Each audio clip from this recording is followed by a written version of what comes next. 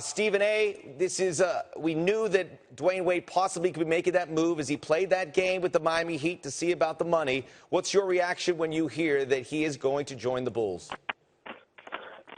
Stunned, yet still not surprised. Stunned because he loves Miami. He loves the city. He loves the area. He loves the fans. And obviously he brought 3 championship rings there. So stunned because, you know, his lovely wife, Gabrielle Union, along with himself and his kids, love being there. They just built a new house there over a year ago or so. They moved in there, a house that he had been working on for years. So stunned in that respect, but not shocked because this has been a long time coming. He's been incredibly frustrated with the Miami Heat for several years now. He believes that he hasn't been treated like the star he deserves to be treated as. He's never been the highest paid player in franchise history. He was the guy responsible for bringing LeBron James to South Beach. He sacrificed money time and time again, cost himself about $25 million over the years because it was one of those situations where he would take less, assuming they would take care of him later. And each time it appeared to be a battle. And this time was the last straw. When LeBron James left a couple of years ago, you know, Pat Riley did not appreciate the fact that Dwyane Wade did not give them any indication as to what LeBron James was going to do. They didn't necessarily believe that Dwyane Wade knew nothing. Dwyane Wade swore he knew nothing until LeBron James made his decision.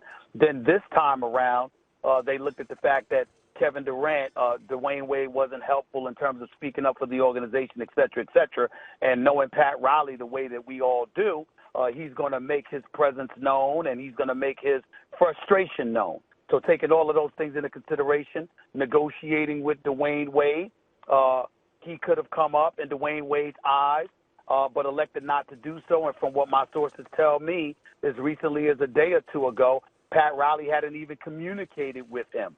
Dwyane Wade met with Mickey Arison. It wasn't with Pat Riley.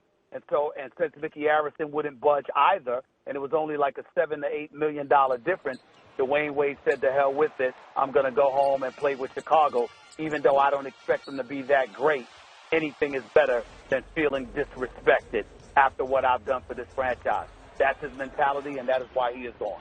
Stephen A., you touched on it with regards to your sources. What do you make about how the Miami Heat have handled this situation with Wade's contract?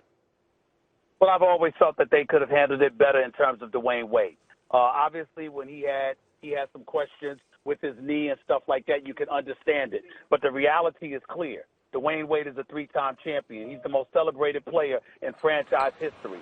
And for him to be in a situation where he's got to worried about being taken care of, when you consider what Dallas does to Dirk Nowitzki every chance they get, it's something that Dwyane Wade paid rapt attention. Now, Miami is a big-time organization. Their ownership, Pat Riley, there's not much wrong you can say about them. The flip side is that when Dwyane Wade makes his case, which he has to me personally on several occasions in the past, you can understand where he's coming from. He's a 3-time champion. The first time he was NBA Finals MVP. The other 2 times, he's the guy that was responsible for bringing Chris Bosh and LeBron James to South Beach. So taking all of those things into consideration, recognizing the contribution he made to the franchise, you would think that if there was one person that they would take care of, it would be him.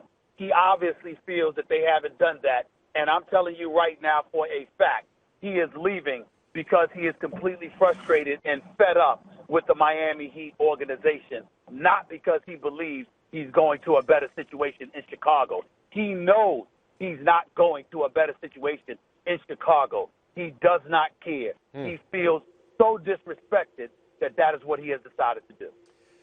Stephen A., let's talk about the situation in Chicago. Obviously not a team built to win right now. Gar Forman was looking for a youth movement, essentially his words. And then you get the news of Rajon Rondo, and you see Dwyane Wade. Knowing this team's going to have limitations, what do you think they can do this season, this upcoming year?